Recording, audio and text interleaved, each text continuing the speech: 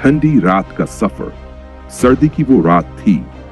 उपेंद्र कुमार अपने गांव से शहर की ट्रेन पकड़ने दिल्ली स्टेशन पहुंचे।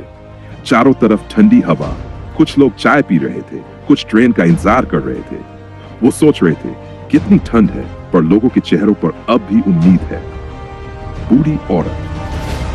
प्लेटफॉर्म के कोने में एक बूढ़ी अम्मा बैठी थी, फटे कंबल में लिपटी, हाथ कांप रहे थे। उपेंद्र ने देखा, बाकी लोग अनदेखा कर रहे थे। दिल की खटखट। उपेंद्र सोचने लगे, शायद ये भूखी भी होगी। उन्होंने अपनी जेब में देखा, बस थोड़े पैसे थे। फिर भी उन्होंने पास के ठेले से गर्म चाय और समोसा लिया। दया का पहला कदम।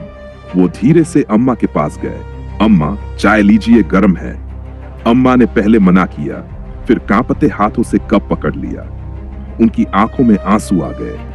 उपेंद्र ने पूछा, अम्मा, आप यहां अकेली क्यों बैठी हैं? वो बोली, बेटा, बेटे के पास जाने निकली थी। ट्रेन छूट गई, अब ठंड में बस यही जगह है। उपेंद्र चुप हो गए, फिर अपनी जैकेट उतारी और उनके कंधे पर रख दी। ट्रेन की आवाज, तभी तेज सीटी की आवाज आई। उपेंद्र की ट्रेन आने वाली थी। वो उठे, पर बार बार पीछे मुड़कर अम्मा को देखते रहे। उनकी मुस्कान जैसे कह रही थी, भगवान तेरा भला करे बेटा। सुबह का प्लेटफॉर्म। अगली सुबह जब उपेंद्र लौटे तो वही जगह खाली थी। बस एक छोटी सी चिट्ठी पड़ी थी। उन्होंने उसे उठाया। चिट्ठी का संदेश। उसमें लिखा था, बेटा उपेंद्र, तुम्हारी दया से मैं अपने बेटे के पास पहुंच गई। भगवान तुम्हें सुख दे। Close quote. उपेंद्र की आंखें भर आईं। वो धीरे से बोले, धन्यवाद अम्मा।